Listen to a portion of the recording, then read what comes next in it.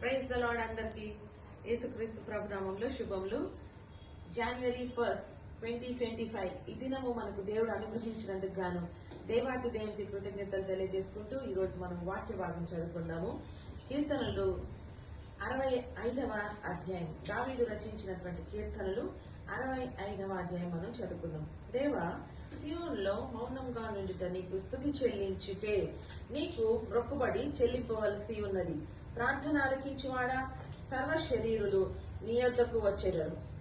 నా మీద మోపబడిన దోషములు భరింపజాలని మా అతిక్రమముల నిమిత్తము నీవే ప్రాయశ్చిత్తము చేయదు. నీ ఆవరణములలో నివసించినట్లు నీవు ఏర్పరచుకొని చేర్చుకుని వాడు ధన్యుడు. నీ పరిశుద్ధాలయము చేత, నీ మందిరంలోని మేలు చేత మేము తృప్తి పొందెదము. మాకు రక్షణకర్తమైన దేవా, ఊదిగంతముల నివాసులకందరికి, దూర సముద్రం మీద ఉన్న వారికి ఆశ్రయమైన వాడా, నీవు నీతిని బట్టి భీకర క్రియల చేత మాకు ఉత్తరం ఇచ్చుచున్నావు. బలమునే నడికట్టుగా కట్టుకుని వాడై తన శక్తి చేత పర్వతములను స్థిరపరచువాడు ఆయనే.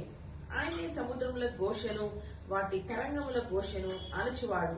జనముల అల్లరిని చల్లార్చువాడు. నీ సూచక క్రియలను చూచి దిగంత నివాసులు భయపడదురు. ఉదయ సాయంత్రముల ఉత్పత్తులను నీవు సంతోషభర్తులనుగా చేయుచున్నావు. నీవు భూమిని దర్శించి దాన్ని తడుపుచున్నావు. దానికి మహదైశ్వర్యమును కలుగజేయుచున్నావు.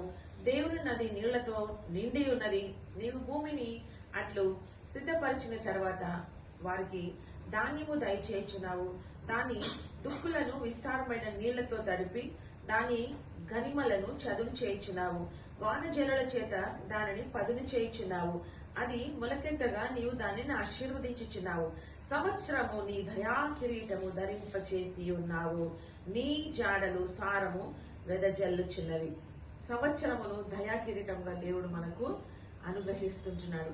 సో ఈ యొక్క వాక్య భాగాన్ని బట్టి మనకేంటి అన్న అర్థమవుతుందనంటే, ఈ యొక్క ఉదయ సాయంత్రం ఉత్పత్తులను దేవుడు ప్రతి నిత్యము ఉదయము సాయంత్రం అవలాగా అలాగే సృష్టినంతటి తన కంట్రోల్లో ఉంచుకొని మనకు మార్నింగ్ ఈవినింగ్ ఈ విధంగా రోజులు గడవడం, అలాగా డేస్ మంత్స్ ఇయర్స్ గా, అలాగే ఈరోజు January 2024 అయిపోయింది. 25th ఇయర్ లోకి మనల్ని ప్రవేశింపచేసిన దేవాతి దేవునికి వందనాలు.